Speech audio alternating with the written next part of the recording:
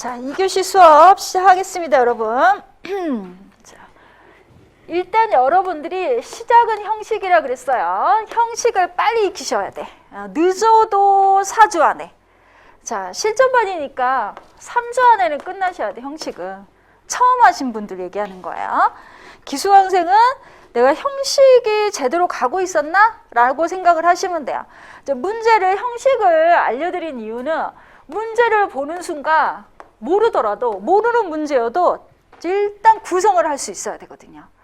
대제목, 중제목, 소제목 이런 구성이 문제만 보고 다 할 수 있어야 돼요. 문제 보면서 이게 판단이 빠르게 할 수 있어야 되는 이유가 있습니다. 제목 구성이 제대로 안 나오면 질문에 대한 답이 없는 게 되는 거예요. 제목 구성이 잘못됐다는 얘기는 답이 없음 이렇게 되는 거야. 내가 아느냐 모르느냐를 떠나서, 그래서 제목 구성을 제대로 하려면 이 형식을 제대로 익히셔야 됩니다. 이게 시작이고, 자, 1교시 단답부터 먼저 얘기를 할 거예요. 단답의 형식에 대한 얘기를 할 겁니다. 단답의 형식.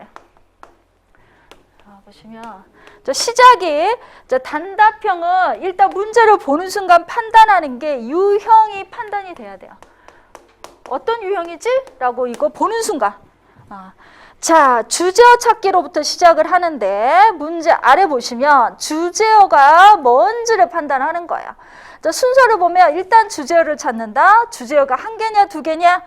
이제 주제어가 대등한 관계이냐 대등하지 않으냐? 주제어 앞에 조건이 있느냐? 주제어 다음에 질문이 한 개냐 두 개냐 막 이런 것들. 그리고 마지막에는 길어. 조건도 있고 질문도 있고 이런 경우도 가끔 있어요. 근데 마지막인 경우는 드물어요. 제가 느꼈어. 문제를 이렇게 쓱 보면서 6번째 해당되는 사례를 찾는데 한참 걸렸거든.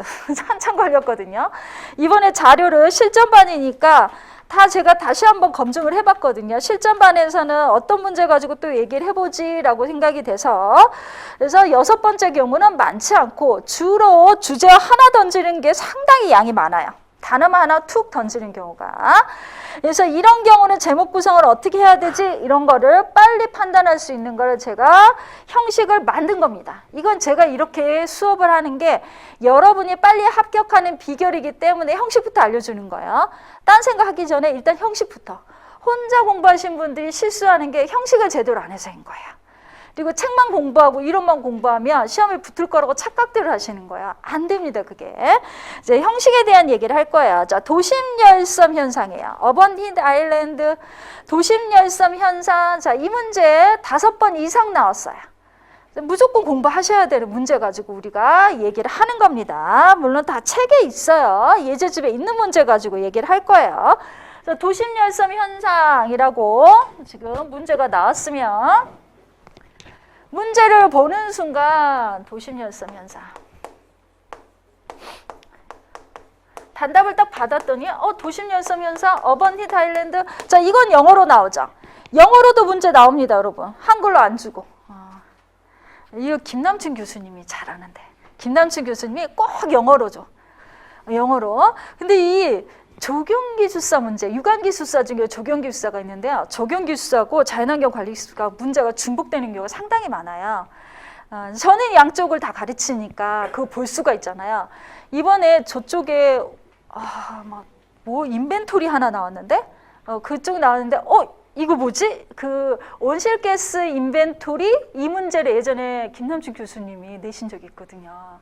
그래서 아니 이걸 영어로 그럼 사람들이 이거 뭐지? 인벤토리가 뭐예요? 인벤토리 이제 영어 시험 보는 줄 막 이런 사람들이. 그런데 인벤토리란 말 많이 써요, 교수님들은. 많이 쓰는데 목록에 해당된다고 보시면 돼요. 그러니까 온실가스 인벤토리면 온실가스 6가지 얘기하면 되는 거예요. 근데 인벤토리 하니까 인벤토리가 뭐지? 막 이러고 있는 거예요, 여러분들이. 그러시면 안 돼요. 그러니까 이 교수님들이 주로 쓰는 영어는 알고 계셔야 돼요. 어번디드 아일랜드 도심열섬 현상이구나 이렇게 알아야 돼. 아직까지 출제를 하시기 때문에 모르면 여러분들이 당황합니다. 심지어 면접도 영어로 물어볼 때도 있어요. 영어로 물어보면 순간 이래 얼어. 영어 시험 보는 줄 알고 이렇게 하시면 안 됩니다. 그래서 영어로 나온 거예요. 그 전에 나온 적이 있었기 때문에. 근데 도심열섬 현상 단어 하나만 줬으면 일단 주제어 하나만 준 거니까 우리 주제어 하나 준 거 어떻게 했는지 기억을 하셔야 돼요. 써야 될 거는 정의를 써야 되고 제일 먼저 써야 되는 건 제가 정의로부터 시작한다 그랬죠. 모든 단답형 문제는 정의 써줘야 돼. 정의 안 쓰면 점수 안 나가. 정의를 쓴다 이렇게 생각하시면 돼요. 도심열섬 현상이란 뭐다 써야 돼요. 어디서? 책에 나온 걸로. 책에. 이거는 법에 없거든요. 그럼 책을 찾아, 이론서를. 거기에 있는 거 써. 근데 책을 찾아서 이론서에 있는 걸 제 책에 넣어놓은 거야. 그러니까 제 교재에 있는 건 다 이론이다 생각해서 제 교재에 있는 거는 다 교재 가지고 하시면 되고 없는 것만 찾으시면 되는 거예요. 그래서 이렇게 하시면 돼요. 그래서 도심열섬 현상이란 학술적 정의를 보시면 도심 지역이 주변 지역보다 기온이 높게 나타나는 현상 딱 이렇게 적혀 있어요. 어느 책을 보더라도 이렇게 되어 있어요. 그러면 이거를 기억을 해야 돼. 정의는 암기사항이에요. 정의는 무조건 암기해야 돼. 정의 모르면 답이 틀려. 이렇게 생각하시면 돼요. 정의는 먼저 쓴다고 생각을 하시고 첫 번째. 주제어가 한 개 물으면 그 다음은 그동안 기출문제들을 보면요. 이제 도심열섬 현상 물어본 거 보면 개념은 정의에 확장된 거라 했죠. 개념 물어본 적 있고요. 원인 물어본 적 있어요. 그전에 논술로도 나왔으니까. 그리고 유형도 물어본 적 있어. 근데 그게 조금 어려웠어. 도심열섬 현상의 유형은 도대체 뭐야? 자, 사실은 유형을 제시한 게 있어요.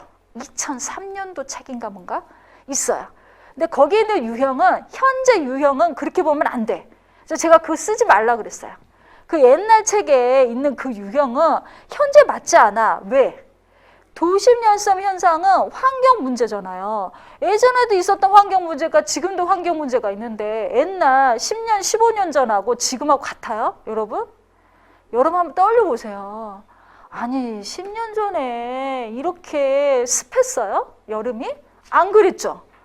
40몇 도인 게 10년 전에 있었어요? 없었어요. 막 42도, 3도 이런 게. 비가 왔다면 이렇게 왕창 내린 것도 많지 않았고 건조가 긴 것도 많지 않았단 말이죠.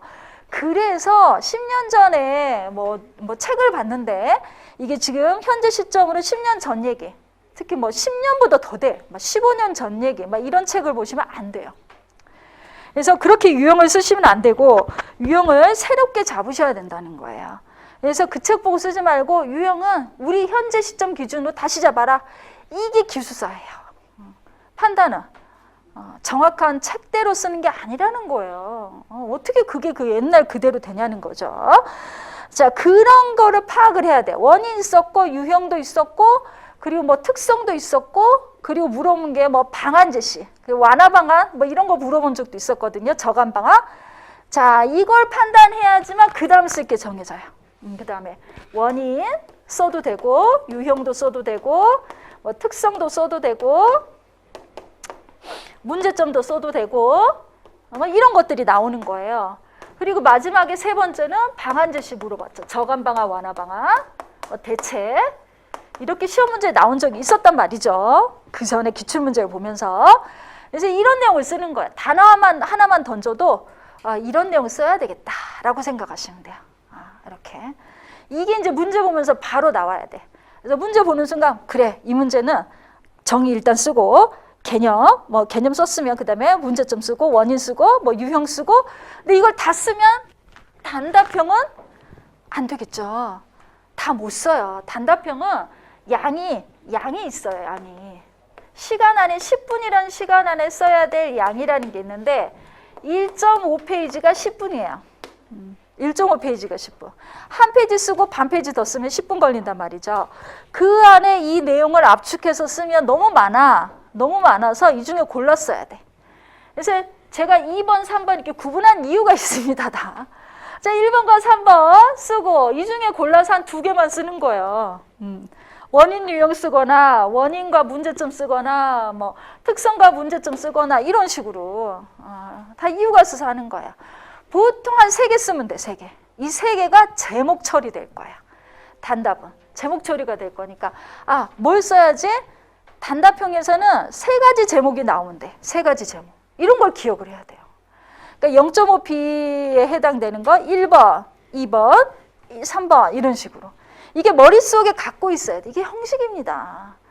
자, 제가 오랜 경험과 제가 시험 본 것과 그리고 여러분 가르치면서 이렇게 했더니 빠르게 형식이 잡혀서 잘 보이더라. 가독성이 높아진다는 거를 이해를 시키기 위해서 그런 거예요.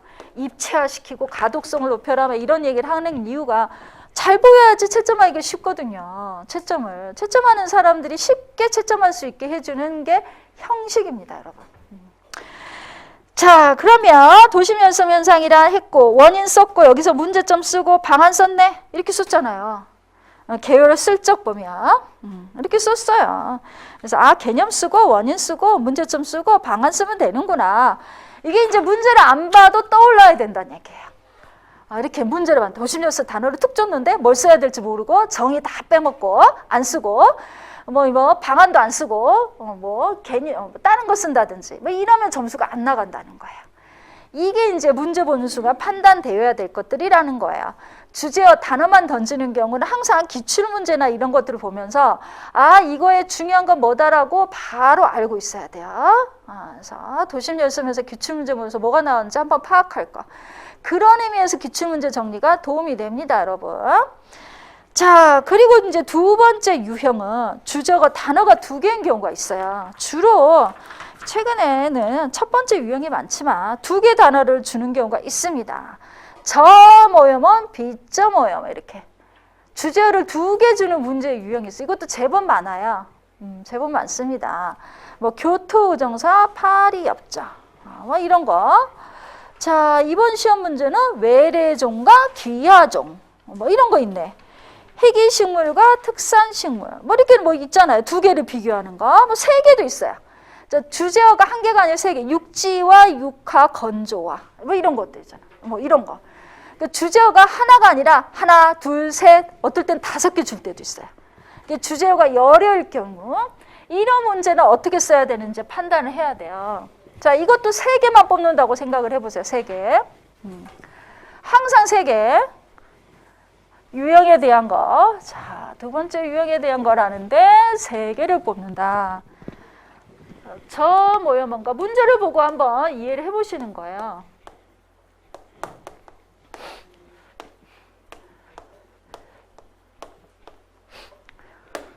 일단 정의는 쓴다 그랬죠? 묻지 않아도? 첫 번째는? 그럼 두 번째. 점오염과 비점오염도 이것도 환경오염 물질이니까 그러면 아까 원인, 문제점, 특성, 환경 문제들은요. 원인, 문제점, 특성 이런 거 일반적으로 2번에 다 써. 2번에. 이 중에 골랐으면 돼. 그리고 마지막에 환경 문제들은요. 무조건 방안 제시를 하는 겁니다. 방안이나 관리 방안 이거는 오염 물질이니까 이런 식으로 쓸 거란 말이죠. 이게 딱 나와요. 환경오염은 다 정의 쓴 다음에 문제점이나 원인이나 특성 쓰고 그 다음에 방안 쓰면 되는구나 라고 머릿속 갖고 계셔야 돼. 어떤 환경오염이든. 자, 공부하는 차원에서 다음 시간에 얘기할 거지만 환경오염은 뭐가 환경오염이지? 대기, 수질, 토양 이게 나와야 되는 거예요. 대기오염, 수질오염, 토양오염. 자, 도심열섬 현상은 대기오염의 하나. 그쵸?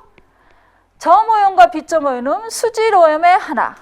자, 토양오염도 나오죠? 나옵니다. 토양오염도. 근데 토양오염은 오염물질로 안 나와. 오염에 따라서 나오는 것들이 달라요. 대기오염 주로 현상이나 오염물질도 나와요. 최근에 나온 미세먼지 이런 거. 대기오염 이슈되는 걸로 나오는 거야. 미세먼지와 초미세먼지 이렇게도 나오고 미세먼지 식물 정화 메커니즘 논술로 나올 때는 미세먼지 문제점 쓰고 대책 환경부에서 발표한 종합대책도 있고 이런 것들이 있잖아요. 이렇게 생각하시면 돼요. 그래서 머릿속에 대기 수질 저항 대기는 이런 것들이 나오더라. 주로 나오는 대기 오염의 문제들은 뭐가 있었지? 이런 거.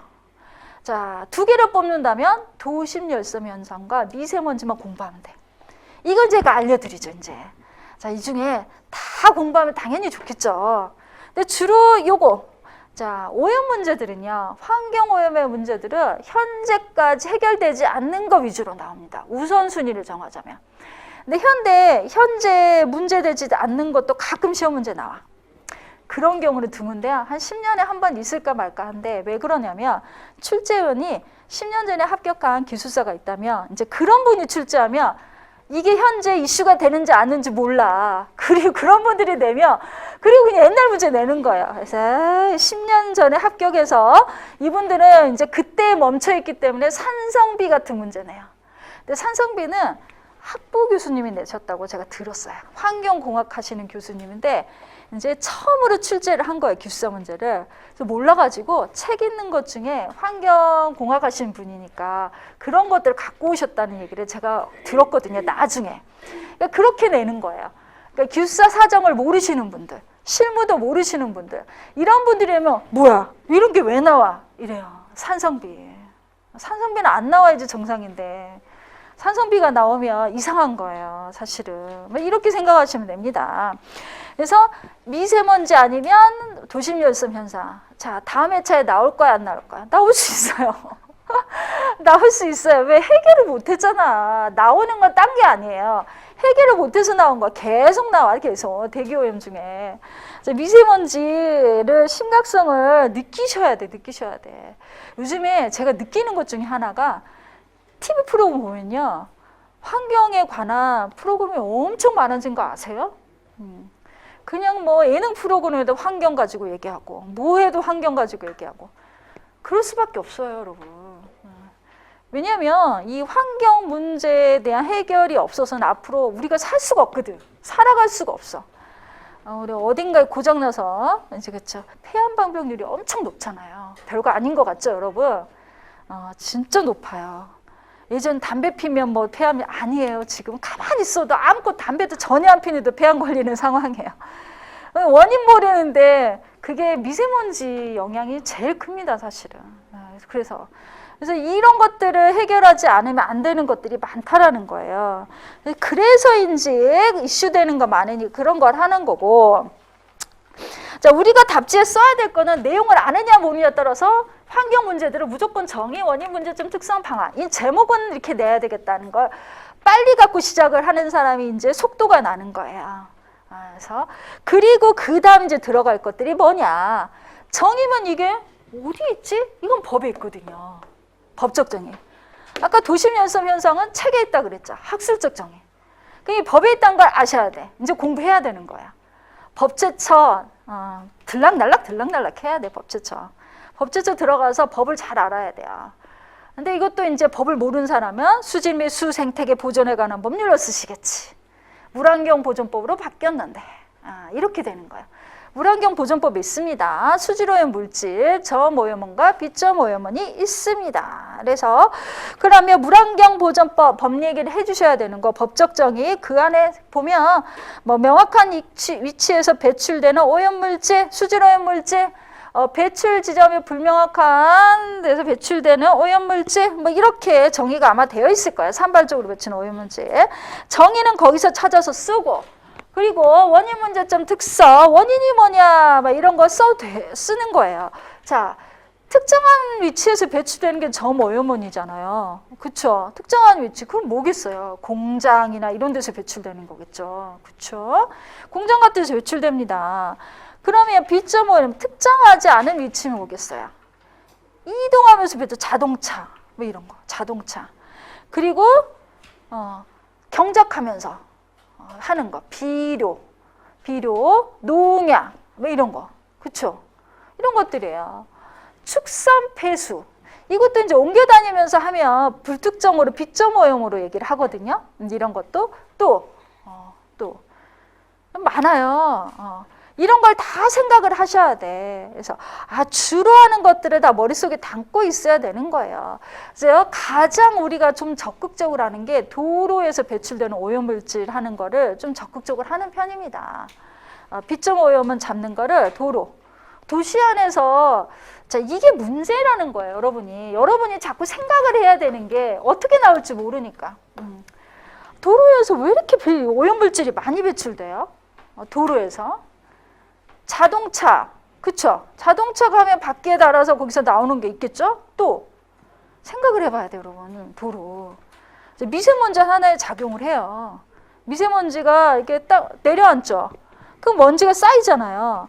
그럼 그것도 이제 쓸려 내려가면 B점이 되는 거예요. 그래서 지금 지자체에서 하는 게 뭐예요?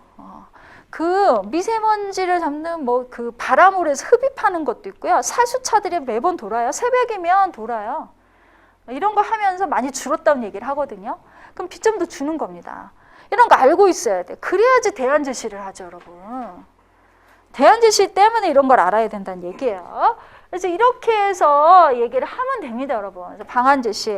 그래서 그리고 방안의 관리 방안은 어떻게? 법이 있으면 법에도 제시되어 있겠네? 그럼 법 얘기해줘야 돼, 1차적으로. 법 얘기. 법에서 하는 관리 방안들 먼저 써주고, 그리고 기술적인 것도 써야죠. 이것도 알아야 돼. 우리 방안 제시는, 자, 이것도 오늘 기억하면 좋아요.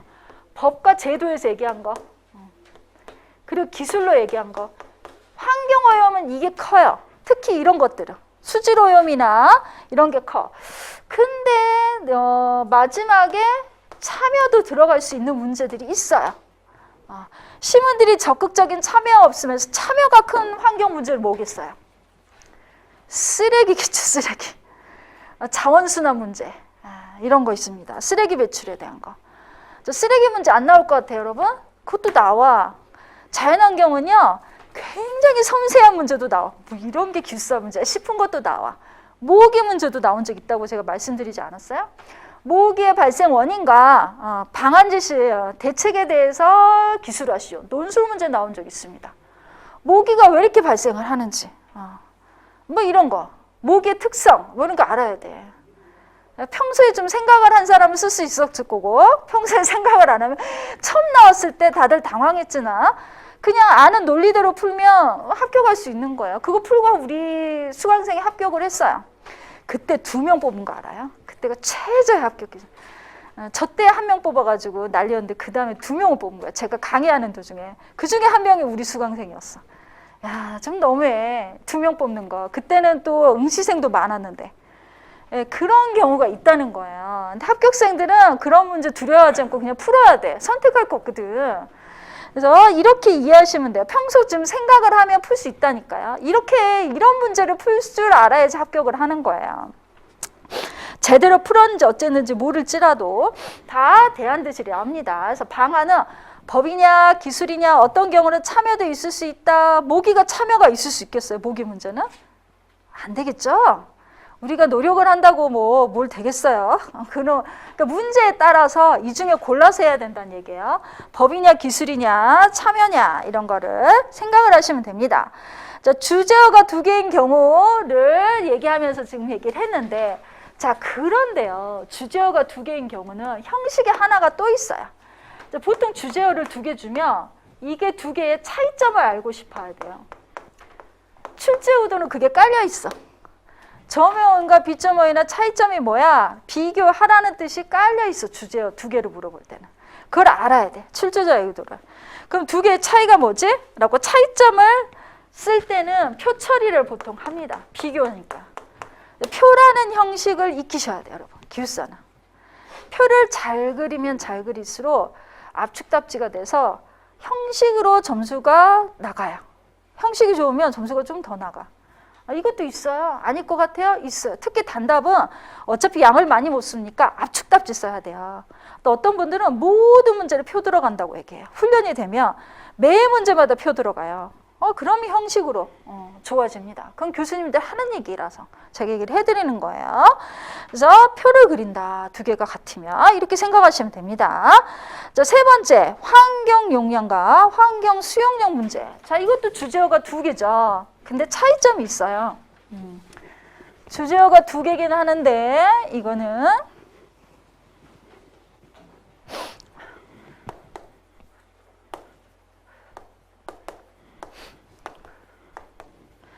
이거 지금 다 여러분이 공부하셔야 될 문제입니다. 샘플 문제를 공부할 문제로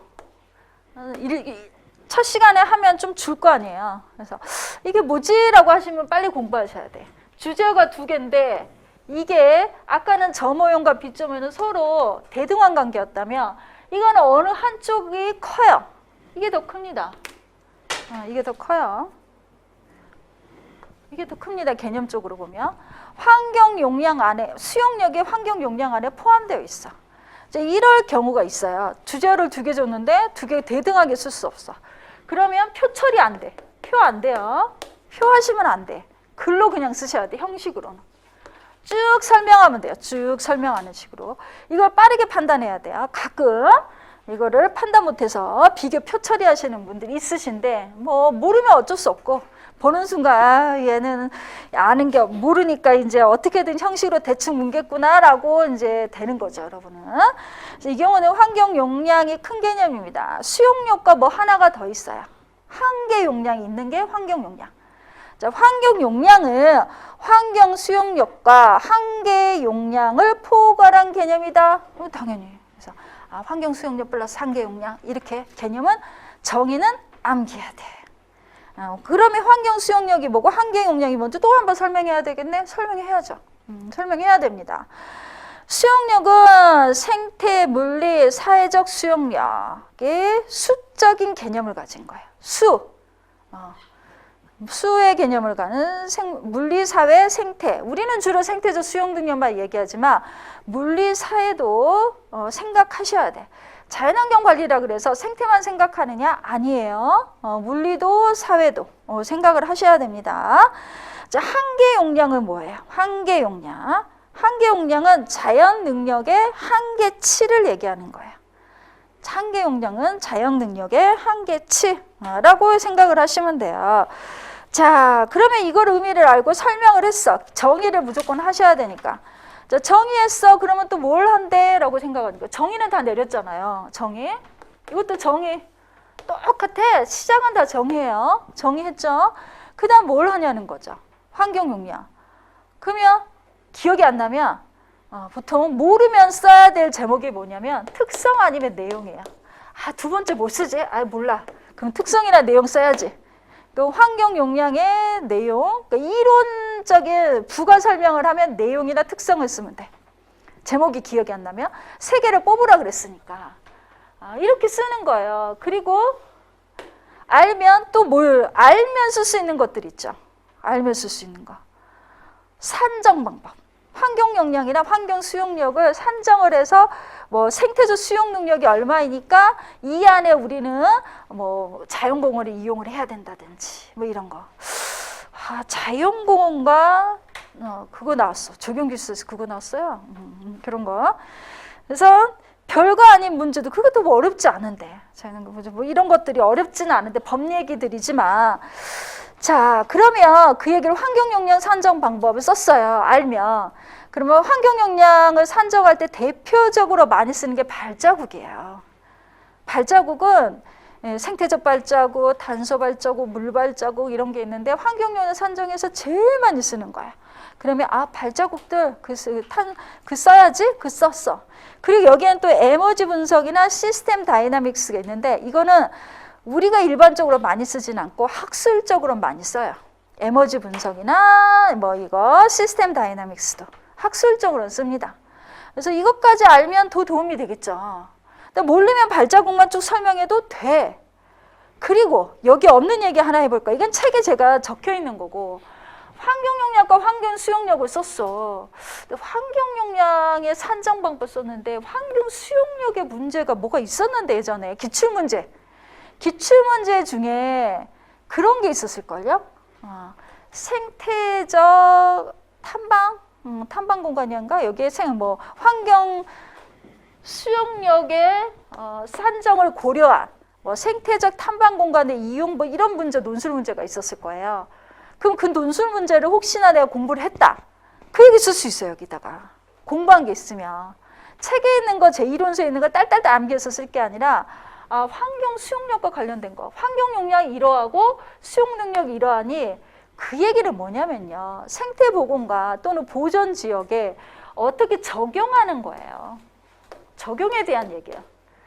항상 이론은 실제 우리가 보건 사업에 실무에 적용하기 위해서 공부하는 거예요. 생태학 이론은 왜 공부합니까? 우리가 적용하려고 공부하는 거예요. 그래서 환경 용량은 실제 어떤 거 할 때 생태보건 사업에 적용 쓸 수 있다는 거야. 제목으로. 환경 수용력 생태보건 사업에 적용 쓸 수 있어. 또는 보존지역 관리할 때도 쓸 수 있어. 쓸 수 있습니다, 여러분. 자연공원이나 보존지역 가면 자연공원, 습지보호지역, 야생생물 특별보호구역 뭐 이런 데들 있잖아요. 할 때도 쓸 수 있어. 그래서 여기 없지만 그걸로 쓸 수도 있어. 자, 이런 것들을 생각을 해둬야지만 쓰기가 편하기 때문이에요. 책에 있는 산정 방법이 기억나면 산정 방법도 쓰지 마. 이 기억이 안 날 수도 있잖아요. 그러면 뭐 이걸 이론을 어떻게 한번 적용을 해볼까? 라고 세 번째로 생각해서 메꾸는 거야. 사실은 적용을 쓰는 게 더 좋아. 응용한 거잖아요, 여러분이. 내가 이 이론을 이해했습니다. 이걸 응용하는 거예요. 라고 하는 거기 때문에 훨씬 채점하신 분들이 점수를 더 잘 줍니다, 여러분. 이런 관점들을 자꾸 훈련을 해야 돼. 훈련을 해야 됩니다.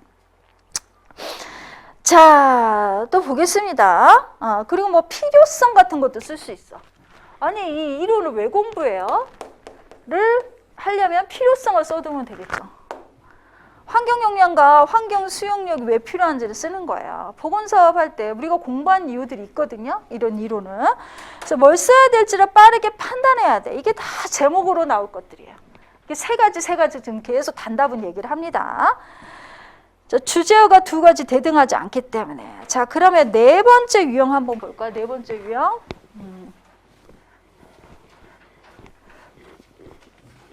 문제를 보면 이 유형 안에서 벗어나는 단답의 문제는 하나도 없어요. 그래서 여러분이 제목은 문제를 몰라도 다 처리할 수 있어야 돼. 환경 행정에서 환경 지표의 개념 및 역할.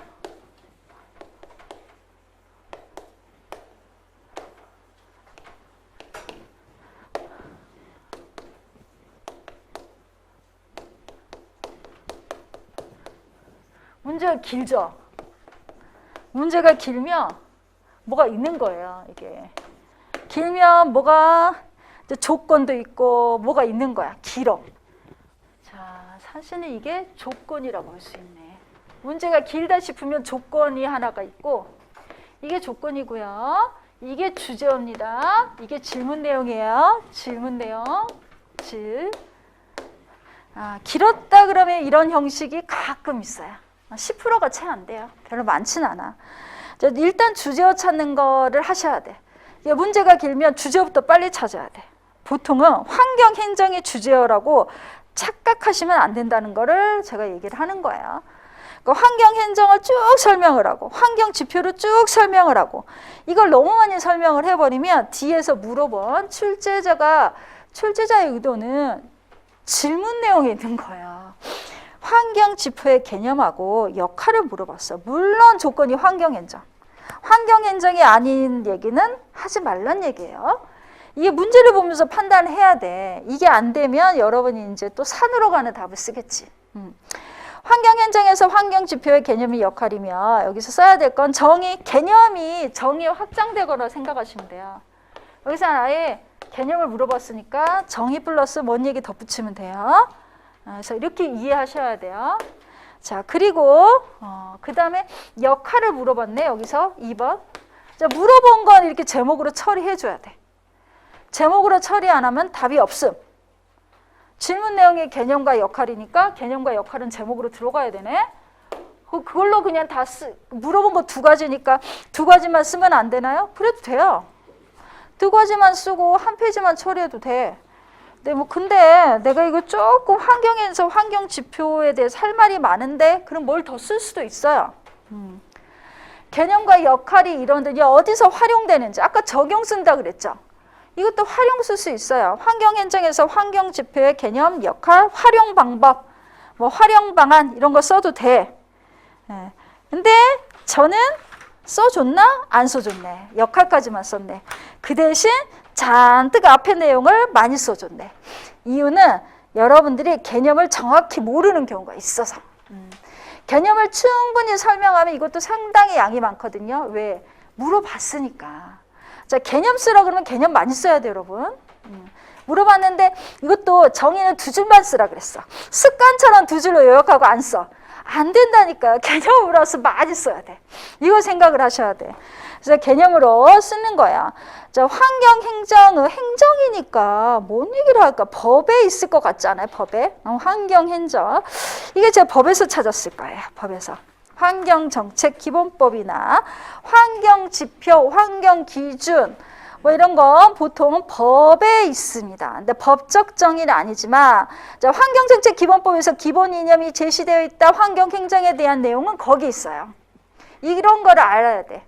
그래서 환경정책기본법에 보면 환경행정에 대한 내용들이 조금 설명되어 있어. 거기서 찾아서 제가 정리해드린 거고, 그럼 환경지표는 환경행정을 하는데 있어서 실행수단, 그러니까 척도가 되는 거예요. 환경행정을 하려면 뭐 기준이 있어야 될 거 아니에요. 목표가 있어야 될 거예요. 목표가 되는 게 환경기준과 환경지표가 됩니다. 기준에 해당되는 거예요. 척도, 그 얘기를 하는 거예요. 그러면 환경지표에 해당되는 사례들도 있겠네? 있어요. 밑에 적어놨잖아. 환경관련법에 의한 환경지표는 뭐가 있는지 이렇게 쭉 적어놨죠. 근데 구체적으로 측정 방법은 정해져 있지는 않지만 생활환경은 정해져 있어. 환경이 생활환경, 자연환경으로 정책기본법 보면 있어요. 환경정책기본법. 근데 생활환경은 환경 기준으로 해서 정확하게 정해져 있어요. 근데 자연환경은 또 정확하게 구체적인 기준이 제시되어 있지는 않아요. 환경정책기본법에는. 그래서 그런 얘기를 한번 한 거예요. 법 얘기를. 그래서 법 얘기를 했는데 알면 개념에서 이제 그런 얘기를 법 얘기의 상황을 쭉 설명을 하고 모르면 이제 다른 얘기 써야 되겠지. 그럼 환경의 응적에서 환경지표의 역할은 뭐냐? 이 법에 이것도 있어. 환경계획의 목표 설정과 진행을 위한 도구가 되고 또 종합계획을 수립할 때 환경계획을 국가환경 종합계획이나 뭐 또 환경 기타 등등의 계획들을 하는 데 있어서 평가하기 위해서도 필요한 거야. 보통 목표가 되는 것들은 나중에 평가할 때 사용하는 기준이 또 돼요. 그래서 그럴 때 사용하는 거다라고 크게 두 가지로 구분되어 있습니다. 그래서 그걸 알아야 돼. 이런 것들이에요. 그래서 개념과 역할을 충분히 설명할 수도 있어요. 1페이지가 아니라 1.5페이지까지도. 잘 알면. 모르면 압축해야 돼. 개념 역할 짧게 쓰고 활용 얘기를 쓴다든지 뭔가를 덧붙여야 돼. 잘 모르면 뭔가를 덧붙여서 더 많이. 내가 정말 몰라. 4개 써도 돼. 사실은. 모르면 더 잘게 나눠가지고 짧게 얕은 지식을 여러 개 써가지고 하는 거죠. 이렇게 하는 거라고 보시면 돼요. 그러니까 제목을 몇 개 쓰느냐. 보통 3개 기준이지만 2개 쓸 수도 있고 4개 쓸 수도 있고 막 이렇다는 거 아시면 되겠습니다. 변형에 의해서. 자, 물발자국의 개념과 종류 3가지 이상. 자, 이 경우는 조건이 없네요. 조건이. 유형을 지금 여러 가지 유형을 해보는 거예요. 이 유형은 조건이 없네. 문제를 보는 순간. 주제어 찾기는 이제 해야 돼. 오늘 처음 하셨어도 주제어는 보여야 돼요. 물발자국이 주제어구나. 질문 내용은 개념과 또 종류 3가지 이상 이 2가지 물어봤네 라고 이제 이해를 해야 돼요. 여러분이. 주제어를 잘못 찾으면 안 된다 그랬잖아요. 물발자국 물어보는 거야. 결국 알고 싶은 거는 개념 정의 한번 물어봤고 종류 3가지 이상 물어봤어. 3가지 이상은 3가지 써도 돼요. 4가지 써도 되고 5가지 써도 돼요. 많이 쓰면 좋겠죠, 사실은. 근데 5가지 이상 기억하기에는 쉽지는 않아요, 우리 머리로는. 그래서 물발자국 개념 쓰고, 자, 그 다음에 종류 3가지 이상 이게 나와야 돼. 나와야 돼요. 자, 그럼 2개만 제목 처리하고 끝내도 되나요? 그래도 돼. 그럼 뭐 하나 더 쓰고 싶어. 그러면 기억이 안 나면 활용이나 적용 쓰라 그랬죠. 이제 기억이 나면 더 쓰면 되겠죠. 대응도 썼네. 대응 방안. 물발자국이 이러이러하니 자, 아까 발자국 얘기했잖아요. 그 중에 하나가 물발자국을 알아야 돼. 발자국 중에 제일 시험 문제 많이 나온 거는 생태적 발자국이고 그 다음에 탄소 발자국이고 사실 물발자국 자주 나오진 않아요. 근데 3가지 뭉쳐서 나온 적도 있기 때문에 이 3가지 발자국은 다 아셔야 되는 거예요. 사람이 마시고 씻는 데 사용하는 물인데 이게 직접적인 마시는 물만 해당되는 게 아니라 물건을 만들거나 뭐 이럴 때 사용하는 물들이 전 가상수에 해당되는 이것도 다 합쳐서 총량을 계산하는 거예요. 이 발자국은요 총량의 의미가 있어요. 총량 전체. 그래서 그러면 커피 한 잔을 마시는데 물이 얼만큼 필요하고 뭐 청바지 한 벌을 만드는데 물이 얼만큼 필요하고 뭐 이런 게 있어요. 기준들. 학자들이 계산한 수치가 있어요. 한번 들여다보세요. 커피 한 잔에 140L. 자그만치 140L가 필요하대. 커피 한 잔. 그래서 최소한 덜 드세요. 자연환경 하는 사람은 소식해야 돼. 여러분이 먹는 게 다 이게 이제 환경을 망치는 거야. 특히 여기서 쇠고기 15,500L. 자, 소고기 드시지 마세요. 그래야 돼요. 고기를 안 먹을수록 우리가 환경을 생각한 거야. 근데 이거 그냥 하는 얘기 같죠? 좀 심각하게 고민할 필요가 있어요. 여러분 이제 자연환경 기숙사 딴 걸로 땡이 아니라 이제 이쪽 활동을 하고 자꾸 공부를 하다 보면 이 행동을 옮길 수밖에 없게 돼. 내가 이거 먹으면 많이 먹으면 이게 또 환경을 한다고 하니까 적게 먹는 거. 적게 먹으면 내 몸이 망가지는 거 아니야? 절대 그럴 일 없어요. 우리의 그 탐욕 때문에 식욕 때문에 먹는 거지. 오히려 적게 먹는 게 여러분의 건강을 위해서 좋아해. 근데 그 욕망을 자제를 못해서 우리가 그러는 거지. 이거 볼 때마다 느끼는 거예요. 초콜릿 24,000원. 초콜릿 이렇게 되죠. 초콜릿 진짜 먹지 말아야 되겠네 라는 생각을 하시면 됩니다.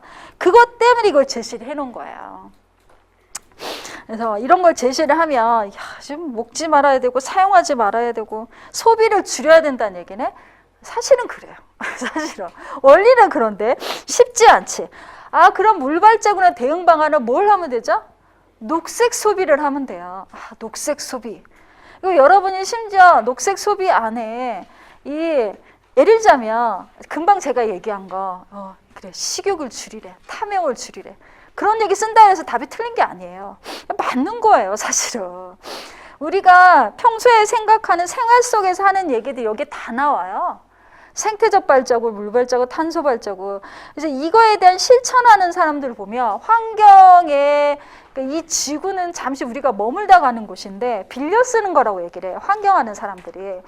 빌려 씀에도 불구하고 마치 이게 내 것이냐 함부로 사용을 한다라는 거예요.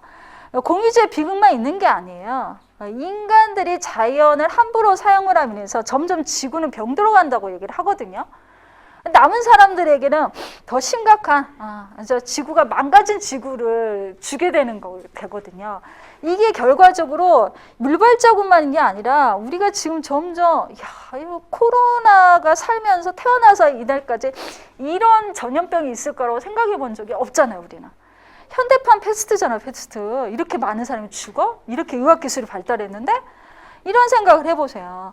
그런 거인 거예요. 이게 환경 문제라는 게. 그렇게 데이터를 제시를 하는 거예요. 제시를. 생태적 발자국, 물 발자국, 탄소 발자국을 평소 이렇게 보면서 생각을 하는데 그 얘기를 내가 써야지. 나의 환경 철학을 써야지. 돼요, 여러분. 여기 없어. 그렇지만 쓸 수 있어.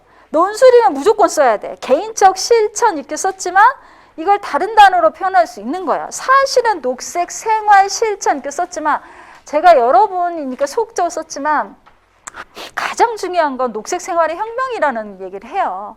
자, 여기서 우리가 최근에 배운 단어 있죠? 최근에 배운 단어. 자, 처음 하신 분은 들어본 적이 없겠지만 녹색 전환이 있습니다. 녹색 전환으로 패러다임을 바꿔야 된다는 얘기를 제목으로 탁 띄우는 거야. 녹색 전환. 녹색 전환해서 다 바뀌어야 돼요. 그래야지만 이 현재 환경이 더 나아질 수는 없을 수도 있어요.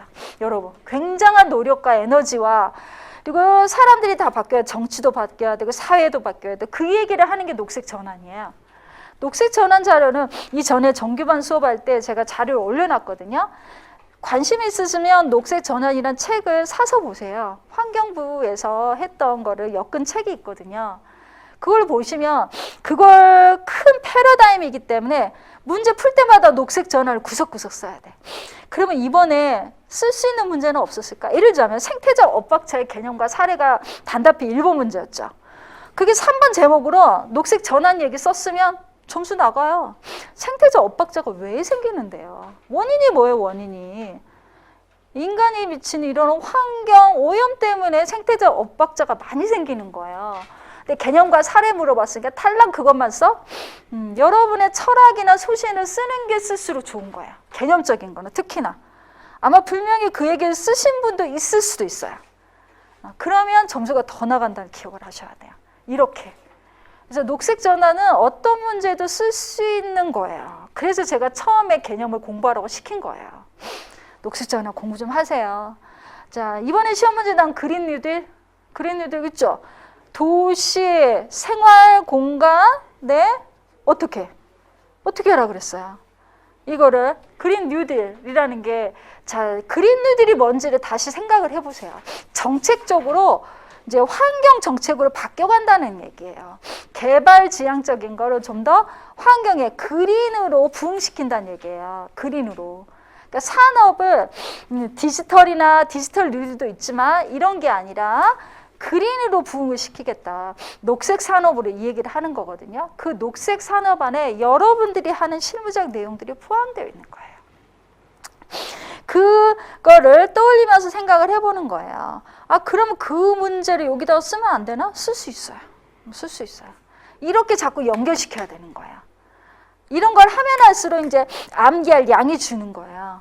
줄고 자꾸 응용해서 풀 수 있는 거예요. 자, 그 다음 환경정책 기본법 상해. 자, 이것도 환경정책 기본법 상해. 이건 아예 법에 있는 내용을 쓰라라고 조건을 준 거예요. 환경훼손과 환경오염의 정의 조건이 있는 거예요. 자, 주제어 2개네. 환경훼손 쓰고 환경오염 쓰래. 근데 정의를 쓰래. 그 환경정책 기본법 안에 있는 환경훼손의 정의와 환경오염의 정의를 그대로 써야 되겠네. 그대로 써야죠, 사실은. 근데 법에서 그대로 쓰라고 한 거 그대로 쓰면 쓸수록 점수가 올라가요. 그 얘기는 뭐? 법은 암기예요. 근데 암기를 못하니까 우리가 기술적으로 뭔가 암기를 적게 하고 다른 내용으로 채우는 답지의 연습을 하는 거지. 암기만 되면 되죠. 근데 우리가 뭐 판사도 아니고 검사도 아닌데 이걸 딸딸딸 어떻게 암기하냐고요. 그렇죠. 할 수 있는 선에서 하고 이제 실무자로서 메꿀 수 있는 방법에 대한 생각을 하면서 쓰는 거죠. 물론 이제 이 답지에는 환경정책 기본법에 있는 내용 보고 썼으니까요. 저도 그 내용을 써드렸으나 여러분들은 이제 다르게 쓸 수 있다는 거야. 그 얘기까지 생각을 해야 돼.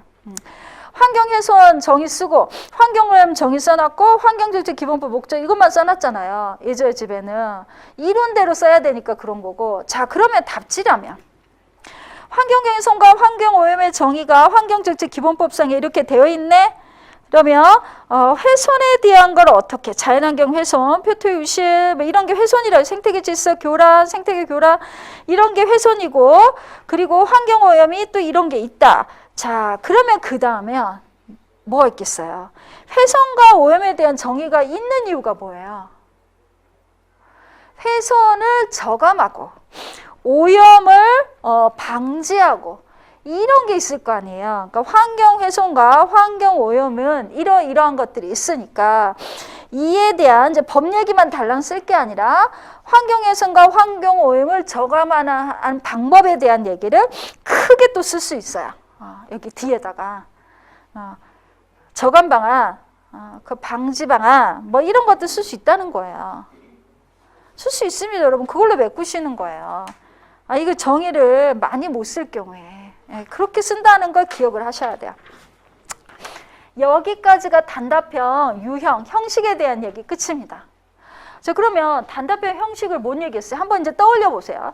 보고 하는 거나 머릿속에 안 보고도 떠올릴 수 있어야지 쓸 수 있는 거잖아요. 자, 주제어를 찾으라 그랬죠? 일단 문제를 보면서 주제어를 찾아야 돼. 한 개냐 두 개냐가 두 개가 대등하면 표 처리하라 그랬어. 다르면 글로 쓰라 그랬어. 그쵸? 이런 거. 조건이 있으면 조건에 맞춰서 주제어를 하라 그랬어. 뭐 이런 거. 질문 내용이 있으면 질문 내용 무조건 제목 처리하라 그랬어.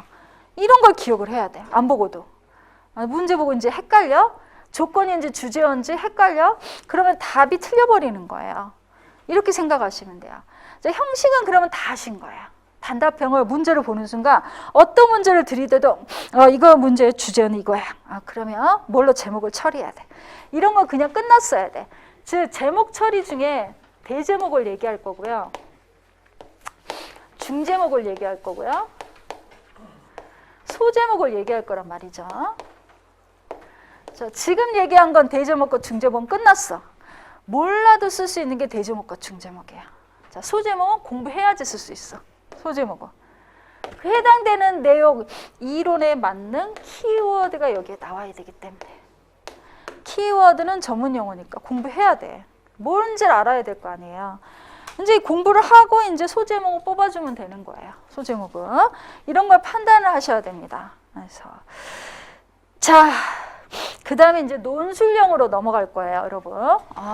이제 단답형은 형식을 뭐라고 하는지 알았어? 대제목, 중제목까지 몰라도 쓸 수 있다 그랬어? 이제 소제목 공부를 해야 된다 그랬어? 이제 이렇게 하시면 되겠죠? 그러니까 중간중간 내용 설명도 했어요. 자, 논술형에 대한 거. 2, 3, 4교시에 나오는 논술형의 형식은 도대체 어떻게 한다는 거야? 라고 생각을 하셔야 돼요. 자, 논술형 문제는 당연히 길어요. 깁니다. 자, 문제를 딱 보는 순간 해야 될 게 일단은 주제어 찾는 건 똑같아. 주제어다가 논술은 기니까 여러분이 하는 순간 집중도가 확 떨어져요. 문제를 보는 순간 주제어에다 밑줄을 그어야 돼. 그래서 쫙 보고 지구온난화에 따른 우리나라 삶의 변화 그에 따른 대처. 자, 우리나라 살림이네. 주제 얼른 밑줄 긋는 거예요. 지구온난화에 따른 조건이네. 그럼 화살표. 뭐 이런 거 하는 거예요. 그래서 이 문제를 보면서 우리가 표시를 해주는 게 여러분이 빨리 할 수 있어요. 이걸 분석한다고 얘기하거든요. 분석. 문제를 분석을 해주고 문제지에다가 표시해줘야 돼. 안 해주면 여러분이 제목을 이상하게 뽑으니까. 자, 그렇게 해서 대제목을 구성을 해야 돼요. 대제목을 주제로 찾은 다음에 문제를 분석해서 대제목을 구성을 해야 된단 말이죠. 이제 질문 내용이 있을 거 아니야. 하나 물어볼 경우가 있고요. 질문 내용이 2개 물어볼 경우가 있고 3개 물어볼, 4개, 5개도 물어봐요. 질문 내용이 하나일 때가 어려워요. 하나만 물어봐. 그러면 대제목을 구성하기가 얼마나 어려운데요. 자, 논술은요. 자, 논문 써본 사람들은 다 아실 만한 내용. 논문의 압축이에요. 압축. 논문의 압축. 문장으로 안 쓸 뿐이지.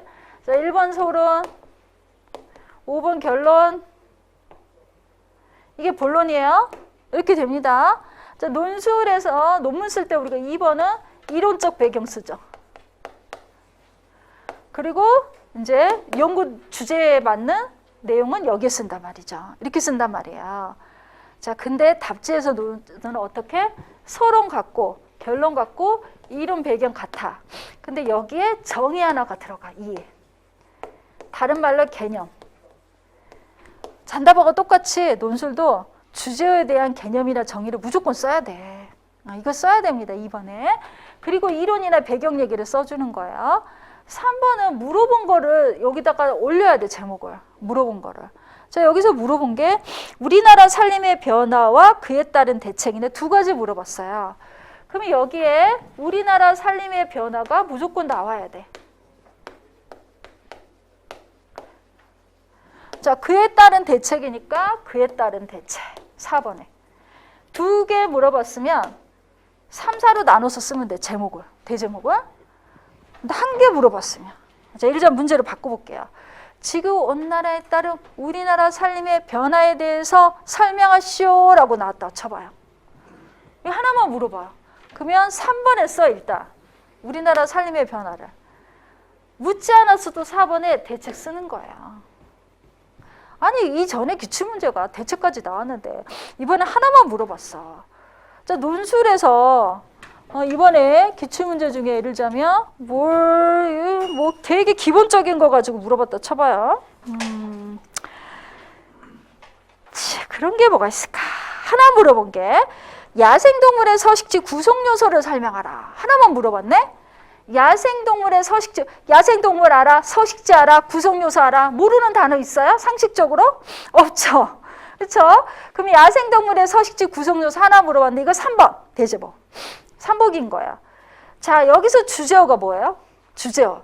딱 하나 물었을 때 야생동물이 주제야? 서식지 구성요소가 주제야? 막 헷갈릴 수 있죠. 자, 야생동물의 주제어를 잡을 수도 있어. 동물 중에 그 많은 것 중에 야생동물의 서식지 구성요소가 질문 내용 하나로 볼 수 있어요. 자, 그러면 어떤 분은 야생동물의 서식지를 주제어로 잡을 수 있어요. 그리고 구성요소가 질문 내용을 잡을 수 있어요. 둘 다 돼요. 이 경우는. 이 경우는 둘 다 돼. 야생동물이란 뭐고 야생동물의 서식지란 뭐고. 자, 야생동물의 서식지라면 답지 쓰기가 더 수월하겠지. 너무 아래부터 시작하면 어려워요. 식물이란 뭐냐, 동물이란 뭐냐, 인간이란 뭐냐, 이게 더 어렵잖아요. 우리는 훈련이 안 돼 있어서. 그래서 야생동물이라 쓰기가 좀 살짝 더 어려우니까 그러면 야생동물의 서식지란 하면 훨씬 더 쉬워지는 거야. 그래서 순간 판단을 하는 거야. 개념 쓸 때도 이게 쉽냐 저게 쉽냐. 그래서 쉬운 걸 가지고 얼른 개념부터 쓰는 거야. 개념부터 맡기면 안 되니까. 그래서 야생동물의 서식지란 개념 썼을 거 아니에요. 야생동물의 서식지 구성요소는 분명히 3번이라 그랬어요. 그러면 2번은 뭘 쓰? 야생동물의 서식지의 개념 쓰겠죠. 개념과 뭐 하나 더 쓰는 게 훨씬 제목 구성하기 수월해. 야생동물의 서식지 개념과 특성 쓰면 되겠죠. 특성. 자, 아무 생각이 안 나면 제가 특성 쓰라 그랬죠. 자, 여기서 뭘 쓰라고 했어요? 이론 쓰라고 했어요. 그러면 야생동물 서식지 이론 이렇게 쓰면 안 될까요? 개념과 이론 써도 돼요. 써도 됩니다. 근데 이론이라 쓰면 공부 좀 해야 되고 특성이라서 공부 안 해도 설풀 수 있고 이런 차이가 있을 뿐이에요. 당연히 공부하고 쓰는 게 점수는 더 나가지. 근데 우리는 이제 자기 아는 지식의 정도에 따라서 제목을 잘 써야 된다는 얘기예요. 이론이라 썼는데 막상 쓰려고 보니까 기억이 하나도 안 나. 이런 순간 이제 꼬이는 거예요. 내가 아는 것도 없는데 괜히 이론이라고 제목을 뽑아가지고 이제 막힌다 막혀 이러고 있는 거죠. 그리고를 순간적으로 빨리 판단해야 되는 게 훈련이 돼야지 하는 거예요. 많이 해보면 이게 판단이 돼. 내가 아는 정도에 맞춰서 대제목 처리를 하는 거거든요. 서식지 구성 요소는 정해진 이론대로 쓰면 되니까. 뭐예요? 콩코모 물코. 그거 써야지. 그게 안 나오면 여러분 진짜 이제 인문 유치원생이에요. 기숙사 유치원생. 그게 안 나오면 여기 콩코모 물코는 누구나 나와야지. 제가 하도 노래를 불러. 콩코모 물코. 처음 듣는 사람 저 뭐라 그러시는가 이럴 거야. 앞자 따서 암기하는 거를 굉장히 많이 하거든요.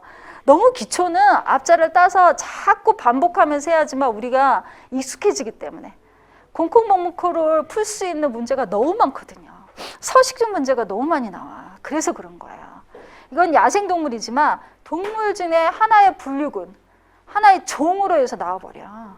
근데 이거는 크게 나온 거예요. 안 어려운 거야. 야생동물 서식지 구성 요소가 이렇게 자세히 쓸 수도 있어. 내가 아는 것도 많은데 이렇게 개념적인 것만 물어봤지? 그럼 뒤에 4번에 쓰면 돼. 4번에 쓰면 돼. 야생동물의 서식지 구성요소 이론적인 얘기 해주고 나 이거 전문적으로 알아. 분류근벌. 야생동물 분류근벌 서식지 구성요소 알면 그래. 양서류는 이렇게 하고 곤충은 이렇게 하고 조류는 이렇게 하고 우리 그렇게 공부 다 했거든. 그 아까운 걸 왜 안 쓰냐고. 공부는 기껏 해놓고 그걸 합쳐서 4번에 쓰는 거예요. 압축해서. 구성요소만 쓰고 이거 안 썼을 사람들이 엄청 많다는 거죠. 이 개념적인 문제로 여러분이 더 못 풀어. 뭘 써야 될지 몰라가지고. 다 했거든요. 그 얘기를 쓰는 거예요, 4번에. 그리고 결론에 쓰는 거죠. 그리고 결론 쓰면 되지. 자, 그럼 결론에 뭘 쓰겠냐는 거죠. 서식지 구성요소면. 콩콩목물코 서식지 구성요소 중에 현재 보건사하면서 가장 어려운 걸 알면 그 얘기 써주면 좋아요. 우리가 서식지 구성요소를 노래를 부르면서 이렇게 기계적으로 공부하는 이유는 보건사업을 할 때 목표정이 있고 목표정의 서식지로 조성을 할 때 이걸 제대로 조성하자는 뜻이에요. 이 공부를 시키는 이유는 당연히 공간을 먼저 생각을 해야 되고 은신처 생각해야 되고 먹이 생각해야 되고 물요소 반드시 들어야 되고 그리고 이동통로 주변과의 연결성을 생각을 해야 된다는 거죠. 이 중에 가장 어려운 게 뭘까요? 생각 안 해봤죠, 여러분? 생각해야 돼. 그래야지만 문제를 응용해서 풀 수 있어. 뭐라도 써야 될 거 아닙니까? 평소에 기숙사 공부를 하면요. 계속 생각해야 돼. 머리를 써야 돼요. 제가 얘기했죠. 24시간 기숙사만 생각하라고. 그러면 다 도움이 돼요. 계속 생각하면 이 TV 볼 때도 저거 뭔 얘기야? 이런 게 들여다보면서 저거 어딘가에 써먹을 때 있을 거야 라고 마음으로 들여다보는 거예요. 제일 어려운 게 뭘까요? 이동통로. 이게 제일 어려워요. 왜 어려울까요? 가서 공부하세요. 안 알려줘. 정답 알려줄 거라 생각하면 그건 기사지. 그쵸? 그러니까 why, 왜 그렇지라고 답을 계속 해결하면서 재밌어지는 거예요. 기사가 왜 재밌는데요? 그래서 이런 걸 하면서 하는 거예요. 그래서 저 문제는 그렇게 풀어야지? 막 이런 거를 아는 거를 다 압축해서 개념만 물어봤으면 이거 하는 거 뭘 쓰는 게 도움이 될까? 이런 걸 생각하면서 푸는 거예요. 그게 논술입니다. 논술을 전혀 모르는 게 아닌데 어떻게 풀어야 될지 모르기 때문에 점수가 안 나가는 거예요, 여러분은. 자, 이런 식으로 생각을 하는 거예요. 자꾸 변형해서 제가 설명을 하죠. 자, 산림의 변화, 대책, 이것도 필수예요, 필수. 지구온난화라고 조건이 되어 있지만 기후변화에 따른 이렇게 요즘에는 많이 나오죠. 지구온난화란 말로 안 나와요. 기후변화에 따른 이렇게 나오죠. 기후변화에 따른 우리나라 산림의 변화, 그에 따른 대책, 이걸 변형해서도 정말 잘 나오거든요. 산림이. 자, 산림의 변화 중에 가장 심각한 게 뭐예요? 이제 공부한다고 치면.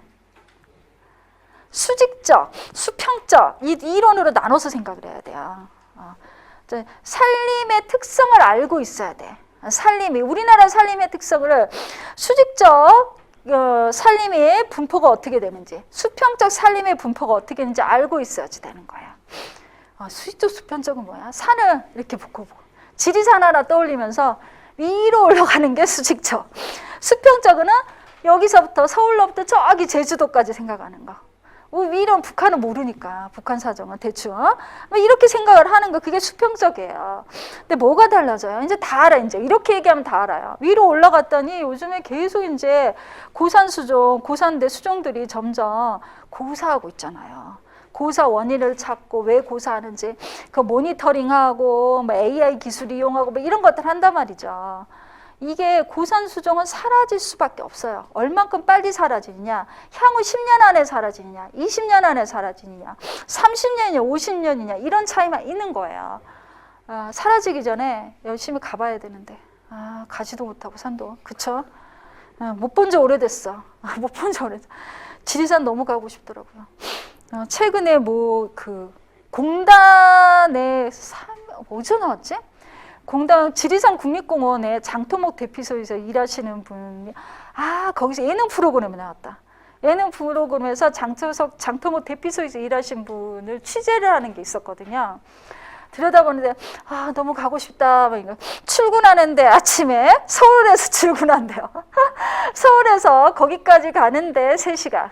거기서 등반하는데 3시간. 직장까지 가는데 6시간. 거기서 근무가 4일이고요. 3일을 쉰다고 하더라고요. 네, 그런 식으로 해요. 등반하면서 준비물은 장토목 대피소니까 뭐가 필요하겠어요.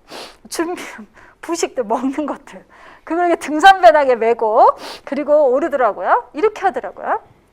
그러니까 보면서 야, 좋겠다. 근데 그분이 하는 말, 직장은 다 똑같습니다. 이렇게 얘기하더라고요. 직장 보존의 원칙 이러더라고요. 어느 직장이든 남들 보기에 좋은 거지 똑같더라. 이렇게 얘기를 하는 거야. 직장이 다 그렇지 뭐. 남들 보기만 좋아 보이는 거지. 자, 그런 거 보면서도 생각을 하는 거죠. 저 지리산 가보면 뭐가 있었는데 이제 거의 주목은 다 사라졌겠네. 이런 생각들을 하겠죠. 그런 산림의 변화, 그에 따른 대책. 변화 쓰고 대책을 쓸 때 특히 우리가 교재에서 바꿔 쓸 수 있는 거는 대책이에요, 대책. 이거 쓴 거는 이 문제는요, 제가 10년 전에 기술서 공부할 때 썼던 답지 그대로예요. 10년 전에 대안 제시가 어떻게 지금의 답하고 똑같겠어요. 그쵸? 제가 공부할 때 없었던 거. 없던 게 4차 산업혁명 기술 없었어요. 그런 모니터링 방법 없었어요. 그런 얘기도 할 수 있잖아요. 기술 얘기가. 그렇죠. 그런 것들을 보완해서 쓰셔야 된다는 얘기예요. 맨날 하는 거 기계적으로 쓰지 말라는 얘기예요. 자, 그리고 이거를 그러면 이거 우리나라 살림의 이거지만 다른 방법은 없나? 막 이런 생각을 막 고민하면서 답을 변형해서 쓰는 거예요. 이때하고 달라진 것들 계속 고민해야 된다는 거야. 제가 얘기해드리기 전에 여러분이 고민을 해서 쓰면 스스로 낫다는 거예요.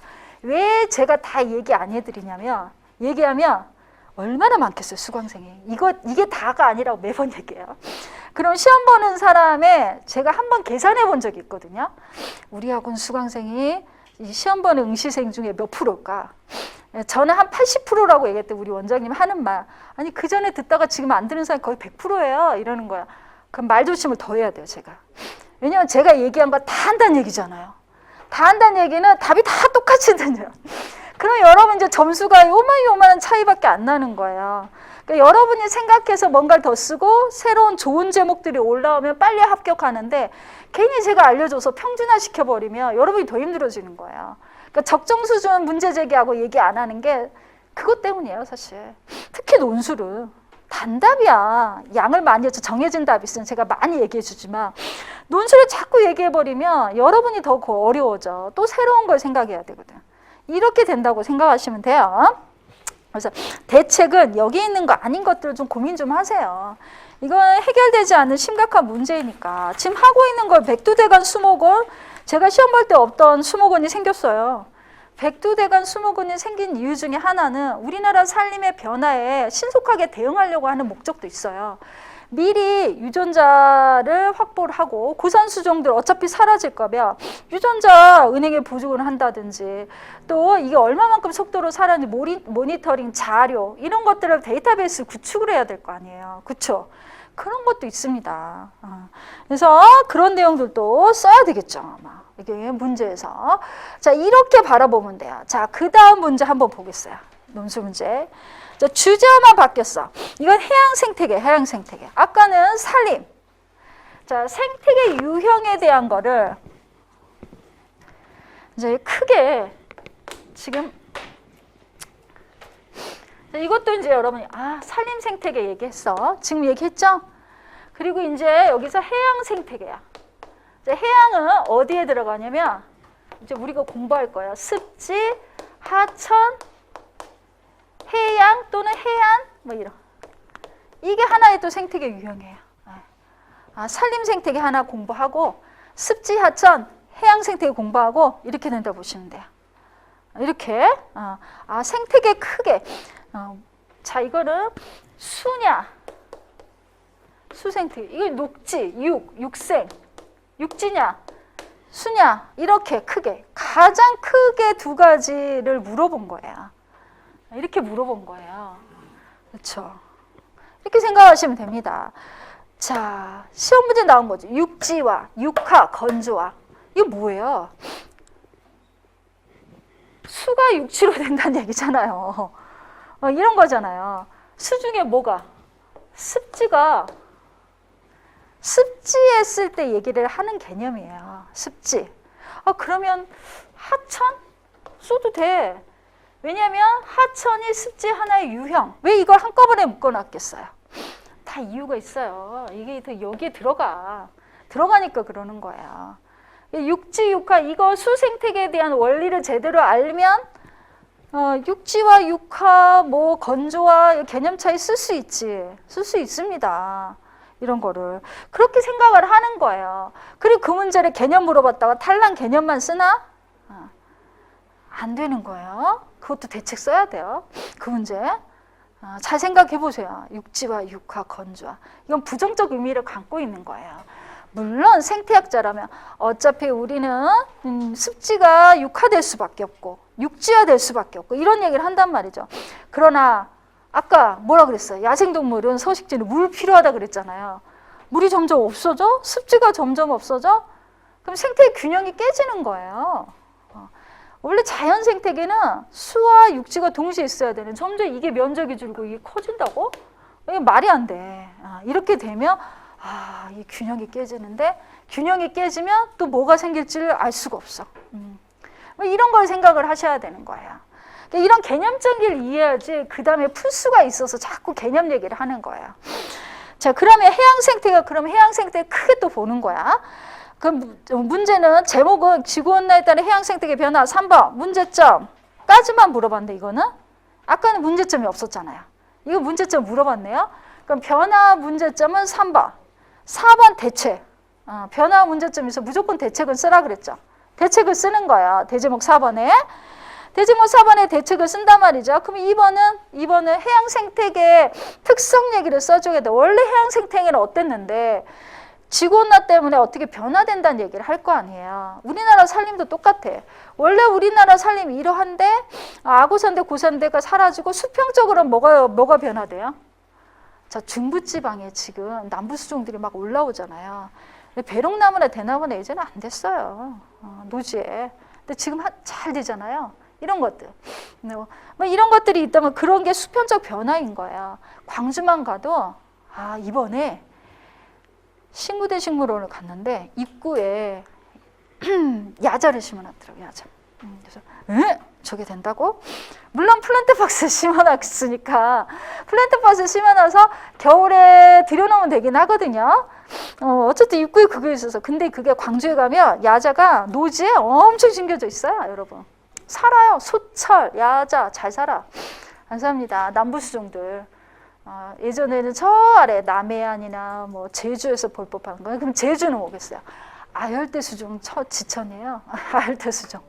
열대수종들. 열대수종들이. 이렇게 보시면 그게 수평적 변화인 거야. 그래서 살리면 그렇고 그럼 해양 생태계는 수평적 변화가 뭐가 있지? 라고 생각. 원래 해양 생태계는 어땠는데? 라고 보는 거죠.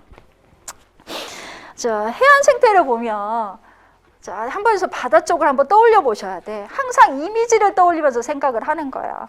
그래 모래사장 떠올려 해수욕장 간 것만 기억나세요, 여러분? 해안 생태계 하면 해수욕장 갔어야 되는데 못 갔네. 근데 뭐 그런 거, 또 갯벌에 가서 뭐 한 거 기억나죠? 해안이. 왜 설마 물속까지는 기억 못 하잖아요. 저 심해 저기 간 거, 배 타고 가는 거 그런 해양 생태계는 설명할 수가 없잖아요, 우리는. 근데 인근에 육지하고 인접한 데는 설명할 수가 있단 말이죠. 우리가 본 적이 있으니까. 근데 이게 지구온난 때문에 어떻게 되지? 수위가 높아져서 모래 사장이 점점 사라지고 이런 얘기 계속 많이 하잖아요. 무인도가 잠기고 이런 얘기 많이 하잖아요. 수위가 높아져서, 해수면이 높아져서.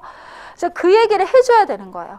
또 자, 갯벌도 그렇죠. 이거 그러면 그거를 이제 나중에 대책에는 해수면이 높아지지 않는 방법에 대한 얘기를 하겠죠.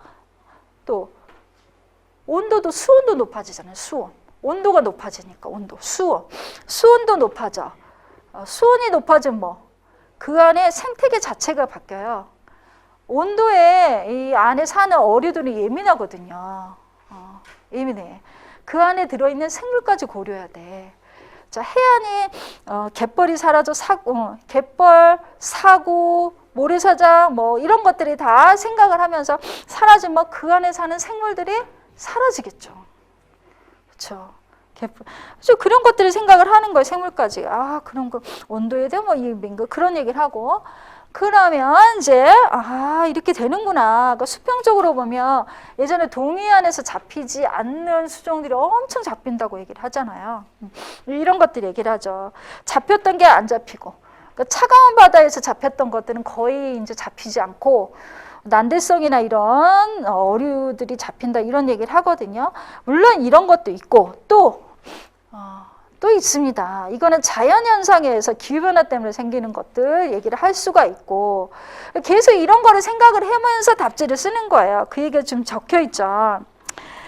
자, 그러면 우리가 왜 섬 얘기도 하고 그랬냐면 무인도선은 생태적으로 민감한 지역, 생물 다양성이 풍부한 지역이기 때문이에요.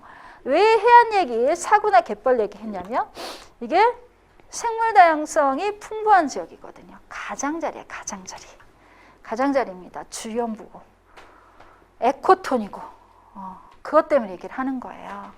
그래서 그런 얘기를 자 이걸 이해하고 있어야지만 풀 수 있는 문제가 경관생태학에서 또 나와요. 자 그리고 교란이 되면 달라지는 것들이 뭐가 있나요? 우리가 했던 이제 고유 어장이 뭐가 있는데 뭐 달라지고 또 해수욕장에서 해파리가 그렇게 많아서 해파리에 쏘였다는 얘기 많이 들리잖아요.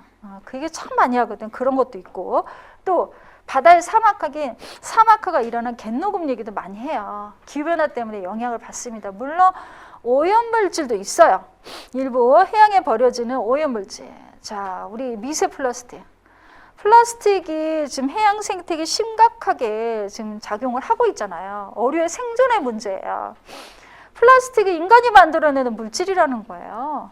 그래서 그거를 기억을 하셔야 돼요, 여러분. 이제 자연환경 하면서 여러분 지금 쓱 봤는데 일회용 커피 쓰시는 분들 있죠? 텀블러로 바꾸셔야 돼. 이게 마인드예요. 이게. 청와대도 바꿨다는데? 제가 봤어요. 청와대도 개인컵과 텀블러 사용으로 회의를 한다고 얘기를 하더라고요. 예, 저는 그렇게 보거든요. 그래서 어떤 분이 제가 맨날 저는 떠들고 다녀. 저 아는 거 실천하자 주의여서 텀블러 사용해 했더니 어깨가 너무 아프대. 어깨? 근육 길러. 이러거든요. 아니 무거운 거 들고 다닐 근육이 생길 거 아니에요. 이게 생존의 문제예요, 근육이. 근데 사람들이 자꾸 그거를 안 하려고 하고 핑계만 댄다는 생각이 저는 들어서, 저는 제 생각에는 이런 것들입니다. 이게 다 영향을 미쳐요. 그럼 여기 미세 플라스틱 어쩌면 이것도 최근의 이슈예요. 제가 시험 볼 때는 없었어. 미세 플라스틱 얘기 없었거든. 10년 전만 해도. 그러니까 10년 전과 지금은 이슈들이 많이 달라져요. 뭐 그런 얘기도 할 수 있다는 거예요. 물론 여기는 이제 지구온난화라는 조건이기 때문에 그게 쓰기야 뭐할 수도 있어요. 이거는 이제 쓰레기 배출에 대한 부분이니까 그럴 수는 있으나 계속 고민하라는 뜻이에요. 이 얘기는 고민을 하면서 어떤 내용을 더 쓸까, 최근에 뭐가 문제일까, 이런 생각을 계속 하면서 써야 돼요. 근데 해안의 변화라든지 사고가 점점 축소되고 이런 것들은 심각한 문제입니다. 지금 그래요. 그런 속도로 가고 있어요. 속도가 너무 빨라요. 너무 빠릅니다, 여러분. 그걸 기억을 하셔야 돼요. 자, 그러면 대책은 뭘까? 대책을, 이거를. 자, 일단 기후변화나 지구온난화에 대한 대책이 우선적으로 나와야 돼. 근데 이거는 국가적 노력만으로 안 되니까 국제적인 얘기를 짚을 수밖에 없어요. 우리나라만 노력한다고 되는 게 아니잖아요. 되지 않습니다. 그래서 심각한 게 해수면이 올라가는 게 빙하가 녹는 게 그 첫 번째 이유거든요. 빙하 녹는 거를 우리가 어떻게 하지 못하잖아. 전체적인 주권들의 문제이니까. 갑자기 높아질 거예요. 빙하가. 녹는 속도가 너무 빠르다는 거예요. 그래서 해수면이 높아지는 게. 그래서 협력을 해서 그걸 해야 되는 거예요. 그리고 왜 지구온난화 온도가 높아지는지에 대한 온실가스 감축, 그러니까 탄소 중립, 아주 뉴스만 틀었다 보면 탄소 중립 나와요, 여러분. 요즘 심각할 정도로 그 얘기를 많이 해요, 정책적으로. 탄소 중립하지 않고서는 방법이 없으니까, 대안이 없어요. 더 많은 투자를 해야 돼. 자본주의 사회에서도 살아남을 수가 없는 상황이 된 거야, 지금. 그래서 그 얘기들을 하는 거예요. 당연히 이제 인간이 살기 위해서 하는 거죠, 당연히. 우리가 생존할 수 없으니까 그 얘기도 이슈가 되는 거고. 그러면 여기에 제목을 탄소 중립에 대한 우리 공부한 거 있죠.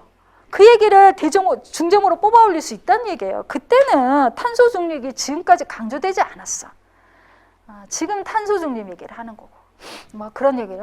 그래서 그런 얘기를 말을 바꿔서 쓸 수 있다는 얘기입니다. 계속 이 대책은 단어가 달라져야 되는 거야, 달러가. 그게 논술이에요, 논술. 이대로 쓰지 말란 얘기입니다. 고민해서 집에 가서 한 번씩 단어를 바꿔 써보세요. 자, 그 다음 문제, 이제 세 번째 문제. 이거 오늘 논술의 마지막 문제를 한번 해볼 거예요. 딱 들여다보는 거예요. 주제요? 황사네, 황사. 이렇게. 그 물어본 거 발원지 물어봤고, 발생원이 물어봤네. 그 다음에 또 우리나라 영향 물어봤네. 그에 따라 또 방지 대책. 자, 이건 물어본 게 4개야. 4개. 그러면 제목이 4개. 자, 또는 묶어가지고 3개. 자, 황사의 개념과 발원지, 발생 원인 이렇게 2번에 쓸 수 있고 3번 그에 따른 우리나라의 영향, 4번 방지 대책 이렇게 쓸 수 있습니다. 대제목 이렇게 쓸 수 있어요. 자, 근데 여러분들이 또 다르게 쓸 수 있어요. 묶는 거를 좀 달리 해도 돼요. 괜찮습니다. 그 대신 문제 안에 있는 거는 무조건 대제목 처리해야 돼. 대제목 처리. 자, 황사와 미세먼지. 작년에는 황사가 그렇게 많지 않다니. 올해는 또 황사가 엄청 많더라고요. 아, 정말. 황사도 모르고 막 돌아다니고 어쩐지 그날 저녁 때 오후쯤 되니까 너무 코도 간지럽고 목이 캑캑 모르고 문을 활짝 열어놓고 계속 지는 거야. 나중에 알았어. 나중에. 너무 바빠서 하늘 쳐다볼 시간이 없어서 그날. 이제 이런 것들인 거예요. 근데 황사가 우리나라에 문제라는 거죠. 아니에요.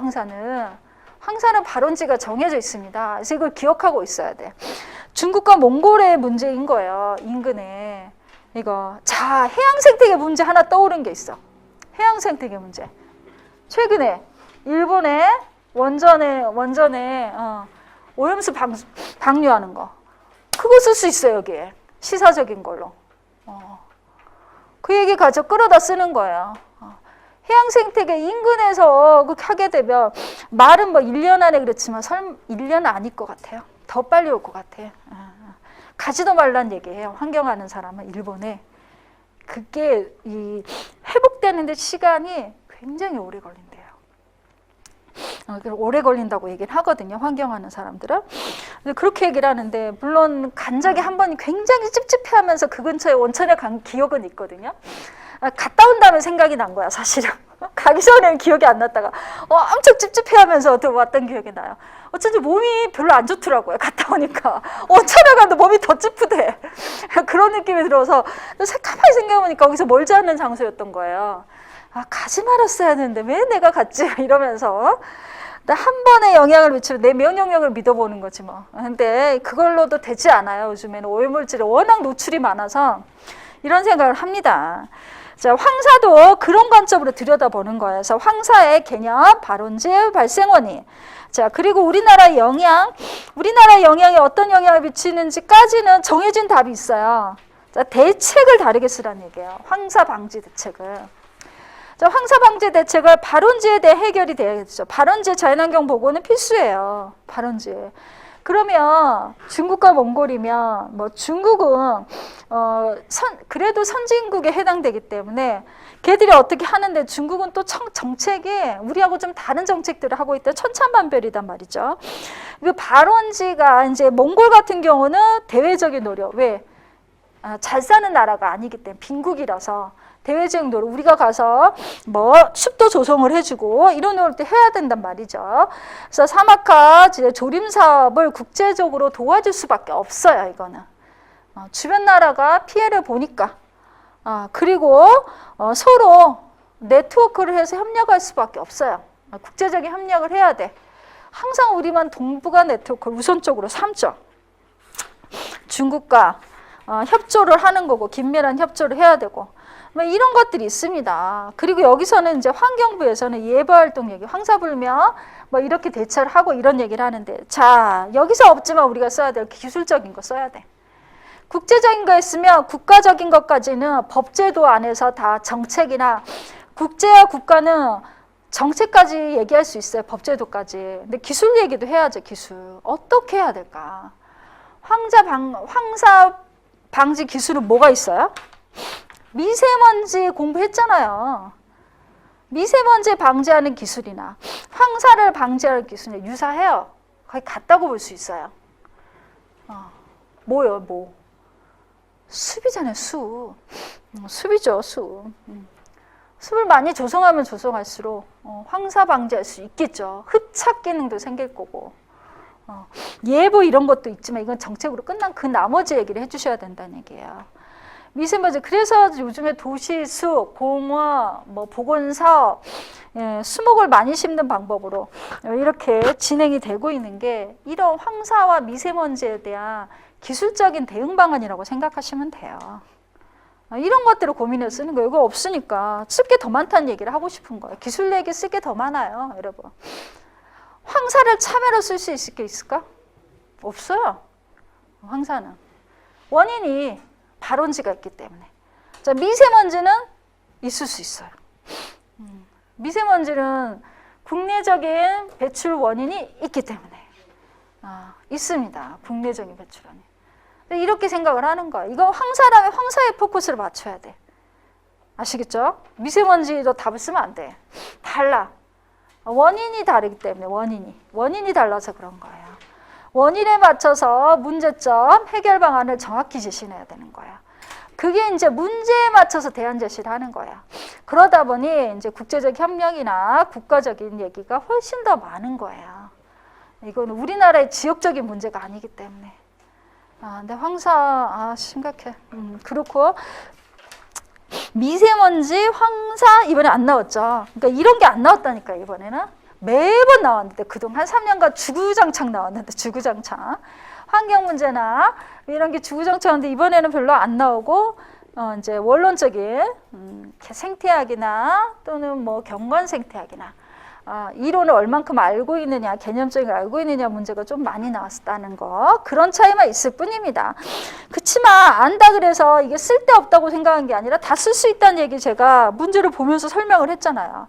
내가 아는 지식이 이 문제 풀 때 여기다 쓰고 저 문제 풀 때 저렇게 쓰고 이렇게 하는 거예요. 왜? 이론만으로 다 채우기에는 여러분의 공부한 양이 한계가 있을 거란 말이죠. 그래서 그러는 거예요. 그럼 내가 뭐 써야 될지를 계속 생각하면서 그걸 자꾸 적용하는 훈련을 해야 돼요. 그게 이제 답안 작성에 대한 거를 연습을 하셔야 돼요. 자, 마지막 결론을 내리자면 기숙사 시험은요, 답지가 다 똑같을 수 없어요. 계속 생각하면서 제목 구성에 이건 반드시 들어가야 되지만 내가 내용을 쓸 때 이 내용을 더 쓸 수 있고 어떤 사람은 저런 내용으로 채울 수 있고 내용은 달라질 수 있는 거예요, 답이. 근데 그 달라진 내용이 문제에 맞춰서 써야 되는 거지. 문제에 맞지 않은 다른 내용을 쓰면 점수가 안 나가요. 그래서 계속 생각하는 연습을 하셔야 되고, 자, 단답과 논술의 차이는 단답이 일단 묻는 거 쓰고 추가 내용 많이 안 써도 돼요. 묻는 거가 충분하면. 근데 묻는 거를 다 쓰기에는 얼마 차지도 않고 제대로 정의 몇 줄 쓰고 났더니 없네? 그러면 뭘 써야 될지를 빠르게 하는데 보통은 보건사업에 활용하는 부분을 응용하면 대체적으로 돼요. 내가 보건사업 할 때 이 이론이 어디에 쓰이지? 막 이런 걸 떠올려 보는 거예요. 그럼 대체적으로 됩니다, 단답은. 자, 논술은 물어본 게 뭔지를 판단해서 한 개 물어보면 대제목 3번에 쓰고, 그리고 나머지 2나 4에 대해서 고민을 해야 되는데 특히 4는 제 교재에 있는 것보다는 계속 생각을 하면서 바꿔주셔야 돼요. 제 교재에 10년 전 것도 있고 물론 최근 것도 있는데 뭐 그런 것도 있으니까 생각하는 훈련을 많이 할수록 논술의 점수는 올라갑니다.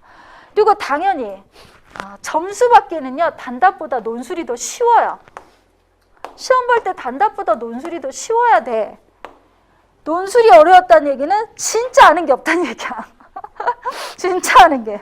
막 엮어 쓰려고 해도 엮어 쓸 게 없어. 깊이가 요만큼밖에 안 되니까 쓸 게 없네? 뭘 엮지? 판단이 안 쓰는 거지. 이렇게 되는 거야. 어느 정도 공부하면 다 엮어 쓸 수 있어요, 논술은. 그래서 논술 풀 때는 좀 편하네. 근데 단답은 그렇지가 않아요. 단답은 정해진 양이 있어요. 이게 양의 문제야. 넓게 공부하라 그랬죠. 개수로 따지면, 기계적인 개수로 따지면 단답은 한 300개, 최소 250개 해야 돼요. 그 정도 단어는 알고 들어야지 쓸 수 있어.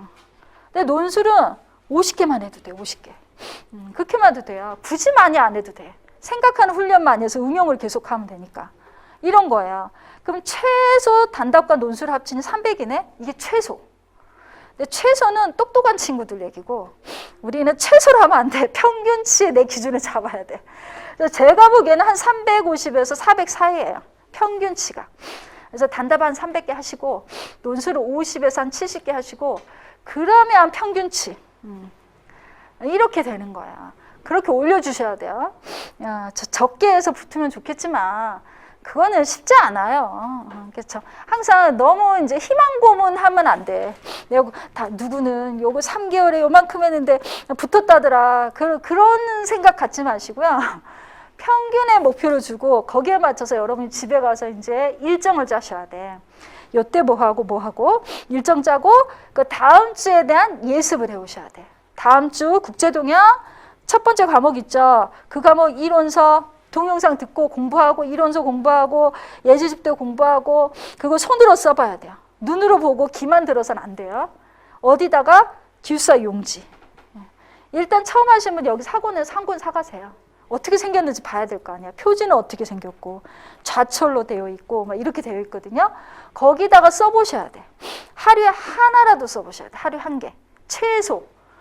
근데 한 개 써가지고는 안 늘어요. 자, 많이 하는 사람은 장수로 제 기준으로 제가 일주일에 40장 쓰거든요. 그럼 80페이지. 이렇게 두꺼워요. 제 기준으로. 제가 6시간 이상 공부했어요. 하루에. 그렇게 해서 썼습니다. 그래서 항상 그 정도 하면 좋겠다라고 여러분에게 얘기를 하지만 그 정도 한 사람 없거든요. 그래서 그렇게 하셨대. 나도 한번 해볼까? 얘는 써보지만 안 되면 뭐 최소 4시간이라도 이렇게 하면서 양을 좀 써보셔야 돼요. 자, 일주일에 40장이면 하루에 몇 장 써야 돼? 이렇게 나누면 되잖아요. 하고 노는 날 하루 빼고 쉬는 날 없고 6일로 나누는 거예요. 이렇게 해가지고 하면 되죠. 하루에 한 문제 가지고 안 됩니다. 말은 한 문제라고 제가 얘기를 했으나 그래서 쉬울 거라고 생각하고 됐지만 결코 쉽지 않아요. 공부를 많이 해야 된다고 저는 생각하는 주여서요. 요행을 바라지 말아라. 많이 한 사람은 그만큼 나올 수밖에 없다. 특히 기숙사시험 손으로 하는 거니까 답지에도 계속 써봐야 돼요. 계속 써봐야지 써지죠. 테스트 3교시에 테스트 한다 그랬는데 그럼 쓸 수가 없어요, 여러분. 아시겠죠? 꼭 해가지고 오세요. 연습도 해보고 이건 예제를 보고 문제를 보고 써보는 거예요. 처음에 모르니까 내용을 이해하면서 정리한다고 생각을 쓰고 이제 그게 이해가 되면 한번 엎어놓고도 한번 써보는 거예요. 시간 재서. 이렇게 하면 좋아요. 처음 하셨어도. 시간 안 보고 쓰는 거 어려우니까. 공부한다는 얘기는 암기까지 어느 정도 하고 와야 된다는 얘기거든요. 첫 수업, 7전은 암기도 좀 하려고 노력하셔야 돼요. 타이트한데 쌓여요. 일주일 하다 보면 그렇게 쌓이기 때문에 처음 2번, 3주까지 아마 어려울 거예요. 4주부터는 할만하실 거예요. 처음 하셨어도. 이게 익숙해지니까. 이렇게 생각하시면 돼요. 자, 기수강생은 당장 흐트러진 정신과 몸을 딱 바짝 세우고 이제 해야 돼. 열심히 해야 돼. 이제부터 스타트야. 그래야지 이번에 올해 끝나. 이런 마음으로. 안 그럼 내년이야. 내년 가면 또 고달파. 이렇게 생각하시면 돼요. 그 전에 하던 분들은 올해 무조건 끝낸다는 목표가 있어야 돼요. 처음 하신 분도 붙을 수 있는데 그건 다른 이유로. 퍼센트가 후반에 이 경우도 있었어. 전반에는 조금 뽑아요. 10%가 채 안 뽑아요. 그러니까 이번에 한 4명, 운이 나쁘면 4명, 6명 뽑아요. 근데 후반에 한 20명 뽑기도 한 적도 있었어요. 그래서 20명이 넘으면 도대체 몇 프로야? 막 우리가 그랬거든요. 기사야, 기사? 막 이러면서 25명, 25% 이상 뽑으면 기사거든요, 기사. 그럴 수도 있어요. 그러면 첫 시험에도 합격할 수 있어요. 그렇기 때문에 그거는 우리의 뜻이 아니에요. 채점위원들이 얼마큼 뽑을지 우리가 어떻게 알아요? 우리는 그냥 준비하고 있는 거지. 그래서 항상 준비하고 있으면 결과는 나옵니다. 조바심 낼 필요도 없어요. 근육이 아무리 애써도 찢어질 뿐이지 근육이 생기지 않아요, 여러분. 공부 근육이 쌓이려면 꾸준하게 가는 거라고 생각하시면 되겠습니다. 이런 마음으로 기숙사 공부를 하시면 됩니다. 자, 다음 주 수업에 필요한 과목 공부 꼭 열심히 해오셔야 됩니다. 자, 오늘은 여기까지 하겠습니다. 이제 다음 주에 뵙겠습니다. 수고하셨습니다. 네. 네. 어떤 거요? 네네네네. 공코먹물코요. 생태보건공학 그 이론을 보시면요. 이론서에 생태보건공학 챕터를 보시면요. 거기에 서식지 구성 요소 나옵니다. 맞아요. 공간, 은신처가 커버, 영어로 커버. 네. 먹이, 예. 그리고 물 요소. 코리더, 영어로 이동통로. 자, 왜냐하면 2개를 영어로 하는 이유가 그래야지 암기 입에 착 붙어서 암기가 돼서. 공커 먹물 코. 공커 먹물 코. 이제 수도 없이 이런 게 나올 거야. 공커 먹물 코. 오늘 암기하세요. 처음 하신 분들. 이제 이게 압축 용어가 굉장히 많이 나올 겁니다. 제 수업을 듣다 보면. 또 질문 있으십니까? 없죠? 자, 여기까지 하겠습니다. 다음 주에 뵙겠습니다.